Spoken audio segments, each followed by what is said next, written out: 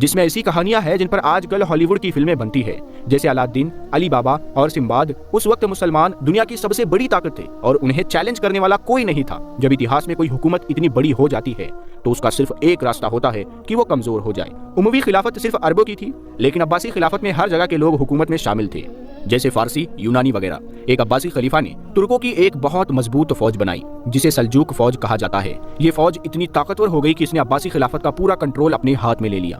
پھر خلیفہ صرف نام کا خلیفہ رہ گیا اور ملک کی ساری طاقت سلجوق فوج کے پاس چلی گئی۔ یہ ایسے ہے جیسے آج کسی ملک کا وزیر اعظم صرف نام کا وزیر اعظم ہو اور ملک کی ساری طاقت کسی اور کے پاس ہو۔ سلجوق فوج کے کنٹرول کی وجہ سے عباسی خلافت کمزور ہوتی گئی اور ہر طرف بغاوتیں شروع ہو گئی۔ آخر کار یہ بڑی سلطنت چھوٹے چھوٹے حصوں میں بٹ گئی اور مسلمانوں سے پہلی بار فلسطین چھین لیا گیا۔ بہت سال پہلے پہلی خلافت کے دور میں جب حضرت عمر رضی اللہ تعالیٰ عنہ نے بہت سے علاقے فتح کیے تو انہوں نے عیسائیوں کے سب سے مقدس شہر یروشلم کو بھی فتح کر لیا تھا۔ اس کے بعد 450 سال تک کسی کی بھی ہمت نہیں ہوئی کہ وہ فلسطین مسلمانوں سے لے سکے۔ لیکن جب عباسی خلافت کمزور ہو گئی اور مسلمان چھوٹے چھوٹے حصوں میں تقسیم ہو گئے تو یورپ کے عیسائیوں نے اس موقع کا فائدہ اٹھایا۔ انہوں نے یروشلم اور فلسطین کو مسلمانوں سے واپس لینے کے لیے ایک بہت بڑی جنگ شروع کی جسے کروسیڈرز کہا جاتا ہے۔ آخرکار 1099 میں انہوں نے فلسطین اور یروشلم فتح کیا اور ہزاروں مسلمانوں، بچوں، عورتوں اور بزرگوں کو شہید کر دیا اور ان کے گھروں کو آگ لگا دی۔ ایک کتاب میں لکھا ہے کہ کروسیڈرز نے مسلمانوں کی ماؤں سے ان کے بچوں کو چھین کر بڑی بڑی عمارتوں سے نیچے پھینک دیا۔ مسلمانوں نے کروسیڈر سے بچنے کے لیے گھروں اور مسجدوں میں چھپنے کی کوشش کی، لیکن کروسیڈرز نے ان گھروں کو باہر سے آگ لگا دی جس سے ہزاروں مسلمان جل کر مر گئے۔ اگر آپ سوچیں کہ اتنا ظلم کیسے ہو سکتا ہے تو آج بھی فلسطین میں یہی سب کچھ ہو رہا ہے۔ کچھ مسلمان کروسیڈرز کے ظلم سے بچ کر نکلے اور وہ مسجد اقصیٰ سے قرآن مجید کے وہ پرانے نسخے بھی ساتھ لے گئے جو حضرت عثمان کے دور میں لکھے گئے تھے۔ ان سب ظلموں کے باوجود دنیا میں کوئی ایسا مسلمان رہنما نہیں تھا جو فلسطین کو دوبارہ فتح کر سکے۔ فلسطین کو کھونے کے صرف 40 سال بعد عراق میں ایک عام سپاہی نجم الدین ایوب کے گھر میں ایک بچہ پیدا ہوا۔ اس کا نام صلاح الدین ایوبی تھا۔ 25 سال کی عمر میں اپنے چچا کے ساتھ عراق کو چھوڑ کر مصر چلے گئے اور وہاں بہت محنت کے بعد مصر کے سلطان بن گئے۔ اسی دوران بہت دور منگولیا میں ایک چھوٹے سے گاؤں میں ایک قبائلی سردار کے گھر بھی ایک بچہ پیدا ہوا جس کا نام تھا چنگیز خان۔ ہاں، صلاح الدین اور چنگیز خان ایک ہی دور میں زندہ تھے۔ ایک نے مسلمانوں کو دوبارہ عزت دلانی تھی اور دوسرے نے مسلمانوں کو ایسے تباہ کرنا تھا جو پہلے کبھی نہیں ہوا تھا۔ فلسطین اور خاص طور پر یروشلم کو کھونے کے بعد مسلمانوں کا کوئی مضبوط رہنما نہیں تھا، لیکن اس دوران سب سے اہم کردار مسلم علماء نے ادا کیا، کیونکہ اس سے پہلے مسلمان آپس میں لڑتے رہتے تھے اور کئی فرقوں میں تقسیم تھے۔ کچھ عظیم علماء نے سب کو ایک ہی مقصد پر جمع کرنا شروع کیا کہ ہر حال میں فلسطین کو دوبارہ فتح کرنا ہے۔ اسی وجہ سے اگلے کئی سالوں میں مسلمانوں کی نوجوان نسل کے ذہن میں یہ بات اچھی طرح بیٹھ گئی، لیکن پھر بھی مسلمانوں کا کوئی ایک مضبوط رہنما نہیں تھا جو مسلمانوں کو جمع کر کے عیسائیوں پر حملہ کر سکے۔ آخرکار صلاح الدین ایوبی نے مصر کا سلطان بننے کے بعد پہلے عیسائیوں کے ایک گروپ سے وعدہ لیا کہ اگلے 10 سال تک امن رہے گا اور ہم ایک دوسرے پر حملہ نہیں کریں گے۔ جیسے صلح حدیبیہ کی طرح صلاح الدین ایوبی نے ان 10 سالوں کا فائدہ اٹھا کر مسلمانوں کو جمع کرنا شروع کیا۔ پھر ان تمام علاقوں کو فتح کرنے کے بعد صلاح الدین ایوبی دنیا کے سب سے طاقتور مسلمان بادشاہ بن گئے اور سب مسلمان فلسطین کو دوبارہ فتح کرنے کے لیے ان کی طرف دیکھنے لگے۔ بڑے بڑے علماء جیسے شیخ عبد القادر جیلانی نے بھی صلاح الدین ایوبی کی حمایت کی۔ آخرکار صلاح الدین ایوبی نے اپنی فوج لے کر کروسیڈرز پر حملہ کیا اور 1192 میں یروشلم کو مکمل طور پر فتح کر لیا۔ 1192 مسلمانوں کی تاریخ میں ایک بہت اہم سال تھا کیونکہ اس سال صلاح الدین ایوبی نے بڑی فتح حاصل کی اور شہاب الدین گوری نے ہندوستان پر حملہ کر کے اسے فتح کر لیا اور دلی سلطنت کی بنیاد رکھی۔ تقریباً 100 سال بعد مسلمانوں کی حالت کچھ بہتر ہونے لگی اور ان کی کھوئی ہوئی عزت واپس ملنے لگی، لیکن جب مسلمانوں کو کامیابی ملنا شروع ہوئی تو یہ مسلمان اللہ اور اس کے رسول کی نافرمانی پر اتر آئے۔ اس طرح رسول اللہ صلی اللہ تعالیٰ علیہ وسلم کی بتائی ہوئی حدیث پوری ہونے کا وقت قریب آ گیا۔ اسی دوران چنگیز خان نے منگولوں کو جمع کر لیا اور تیزی سے اپنی طاقت بڑھانا شروع کر دی۔ چنگیز خان کا اصلی نام تیموجین تھا اور اس کا باپ منگولیا کے ایک چھوٹے قبیلے کا سردار تھا، لیکن تیموجین کے بچپن میں ایک دوسرے قبیلے نے اس کے باپ کو خفیہ طور پر زہر دے کر مار دیا۔ اس کے بعد تیموجین اور اس کا پورا پریوار بہت مشکل میں زندگی گزارنے لگا۔ کہا جاتا ہے کہ ایک وقت میں چنگیز خان چین میں کسی اور کا غلام بھی رہا۔ پھر چنگیز خان نے واپس منگولیا جا کر اپنے قبیلے کو متحد کیا اور آہستہ آہستہ اس کی منگول سلطنت بڑھتی گئی۔ اتنی بڑی ہو گئی کہ منگولیوں نے اسے ایک بہت بڑا لقب دیا، چنگیز خان، جس کا مطلب ہے سب سے بڑا بادشاہ خان۔ خان نام کا پہلے بھی ترکی زبان میں استعمال ہوتا تھا، لیکن چنگیز خان کی وجہ سے یہ نام پوری دنیا میں مشہور ہو گیا۔ آج دنیا میں تقریباً 2,50,00,000 لوگ ہیں جن کے نام میں خان آتا ہے، جیسے کہ شاہ رخ خان، عامر خان اور عمران خان۔ منگولیا آج بھی ایک بہت غریب اور عام سا ملک ہے اور اس وقت میں تو یہ اور بھی زیادہ کمزور تھا۔ چنگیز خان کی سلطنت کے بننے کے بعد بھی منگولیا کے پڑوسی چین نے اسے سنجیدگی سے نہیں لیا، لیکن کچھ ہی سالوں میں چنگیز خان نے چین کے دارالحکومت بیجنگ کو فتح کر لیا اور سب نے دیکھا کہ چنگیز خان کتنا ظالم تھا۔ اس کے ظلم کی کہانیاں سب نے سنی ہے، جیسے کہ وہ لوگوں کے سر کاٹ کر ان کے پیرامڈز بناتا تھا، لیکن یہ ظلم چنگیز خان کا شوق نہیں تھا، بلکہ اس سے اسے بڑا فائدہ تھا۔ چنگیز خان نے اپنی فوج کو 10 لوگوں کے گروپوں میں تقسیم کیا، پھر 10 سے 100 اور پھر 100 سے 1000 اور 1000 سے 10,000 کے گروپوں میں۔ اس نے قاعدہ بنایا تھا کہ ہر 10 لوگوں کے گروپ میں اگر کوئی ایک بھی جنگ چھوڑ کر بھاگ جائے تو باقی 9 لوگوں کے سر کاٹ دیے جائیں گے۔ اس طرح چنگیز خان کی فوج کے سپاہی ایک دوسرے کو جنگ سے بھاگنے نہیں دیتے تھے، اور جو بھی بھاگنے کی کوشش کرتا اسے اس کی اپنی فوج ہی مار دیتی تھی۔ چنگیز خان نے انصاف کا ایک ایسا نظام بنایا کہ اگر کوئی کسی کا گھوڑا چرا لے اور پکڑا جائے تو اسے اس ایک گھوڑے کے بدلے 100 گھوڑے واپس کرنے ہوں گے، اور اگر وہ واپس نہ کر سکا تو صرف اسے نہیں بلکہ اس کے پورے خاندان، بچوں، بیوی، ماں باپ سب کو مار دیا جائے گا۔ اسی طرح چنگیز خان کی ظالم سلطنت بہت تیزی سے پھیلنے لگی اور آخرکار مسلمانوں کی سلطنت خوارزم سے ٹکرا گئی۔ پہلے چنگیز خان کا مسلمانوں سے جنگ کرنے کا کوئی ارادہ نہیں تھا، اس لیے اس نے خوارزم کے بادشاہ کو دوستی کا پیغام بھیجنے کے لیے ایک فوج بھیجی، لیکن خوارزم کے بادشاہ نے ان سب کو گرفتار کر لیا۔ پھر چنگیز خان نے اپنے ایک پیغام پہنچانے والے کو بادشاہ کے پاس بھیجا تاکہ ان کو رہا کیا جائے، مگر بادشاہ نے اس کے پیغام پہنچانے والے شخص کا سر کاٹ دیا۔ یہ ایک بہت بڑی غلطی تھی، کیونکہ اپنے پیغام پہنچانے والے کو قتل کرنا اسلام اور دنیا کے تمام قانون میں بڑا جرم ہے۔ جب چنگیز خان کو منگولیا میں اس کا پتہ چلا تو وہ بہت غضبناک ہوا اور اس کی عزت کا سوال بھی تھا، تو اس نے اپنی سب سے بڑی فوج جو کہ 1 لاکھ کی تھی خوارزم کی طرف روانہ کی، اور یہاں مسلمانوں اور منگولوں کے درمیان اگلے 100 سال کی جنگ شروع ہوئی۔ چنگیز خان نے بہت تیزی سے خوارزم کی پوری سلطنت کو ختم کر دیا۔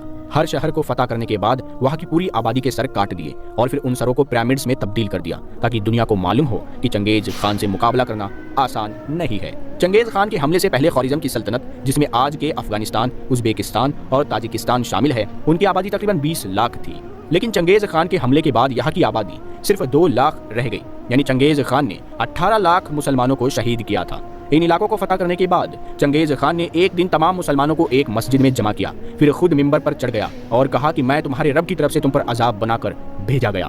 اس کے بعد منگولی سلطنت اور بھی بڑھ گئی اور روس کو بھی فتح کر لیا، لیکن اسی دوران چنگیز خان منگولیا میں فوت ہو گیا اور اپنے بیٹے اوگدئی خان کو سب کا بادشاہ بنا دیا، اپنی پوری سلطنت کو اپنے بیٹوں میں تقسیم کر دیا۔ چنگیز خان کے بعد بھی منگول سلطنت پھیلتی گئی۔ بہت سال بعد چنگیز خان کے پوتے ہلاکو خان نے ایک بڑی فوج تیار کی اور بغداد کی طرف بڑھا، جو اس وقت دنیا کا سب سے بڑا اور طاقتور شہر تھا۔ مسلمانوں کو چاہیے تھا کہ وہ ایک جٹ ہو کر منگولوں سے لڑتے، لیکن اس وقت مسلمان بہت زیادہ فرقوں میں بٹے ہوئے تھے اور وہ ایک دوسرے کے ساتھ بحث بازی اور جھگڑوں میں زیادہ دلچسپی رکھتے تھے۔ ہلاکو خان نے بغداد کو ہر طرف سے گھیر لیا اور 1258 میں بغداد کو مسلمانوں سے چھین لیا۔ اس نے خلیفہ کو قتل کر دیا اور عباسی خلافت کو 500 سال بعد ہمیشہ کے لیے ختم کر دیا۔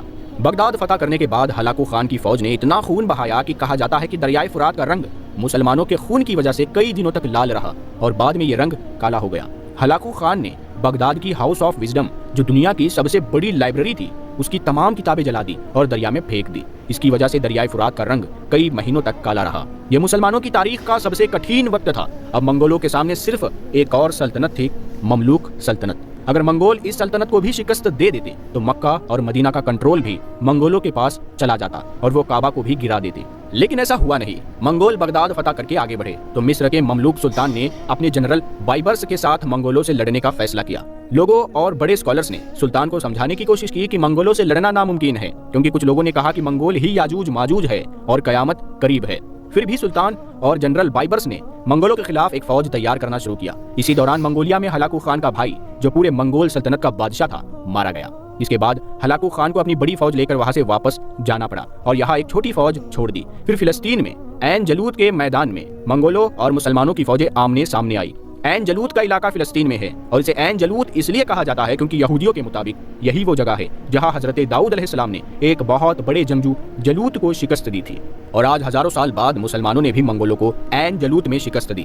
اس جنگ کے بعد منگولوں کی سلطنت وہی ختم ہو گئی، یعنی اس جنگ کے بعد منگول سلطنت کبھی بھی اس سے آگے نہیں بڑھی۔ یہ جنگ منگولوں اور مسلمانوں کی جنگ تھی، جس کا ذکر رسول اللہ صلی اللہ تعالیٰ علیہ وسلم نے پہلے ہی کر دیا تھا، اور یہ جنگ عین جالوت کے میدان میں ختم ہوئی۔ لیکن پھر بھی مسلمانوں کی ایک بہت بڑی دنیا پر منگولوں کا کنٹرول تھا اور انہیں کوئی چیلنج نہیں کر سکتا تھا۔ مگر وقت گزرنے کے ساتھ ساتھ منگولوں نے اسلام کا مطالعہ کیا اور اتنے متاثر ہوئے کہ پورا منگول خاندان مسلمان ہو گیا۔ اس طرح یہ علاقے دوبارہ اسلام کے کنٹرول میں آ گئے۔ اگر آپ چنگیز خان کی نسل کے تمام نام دیکھیں تو پہلے یہ سب منگول نام جیسے اوگدئی، جوچی، ہلاکو تھے، مگر وقت کے ساتھ ان کے نام اسلامی ناموں میں تبدیل ہو گئے، جیسے محمد تیمور،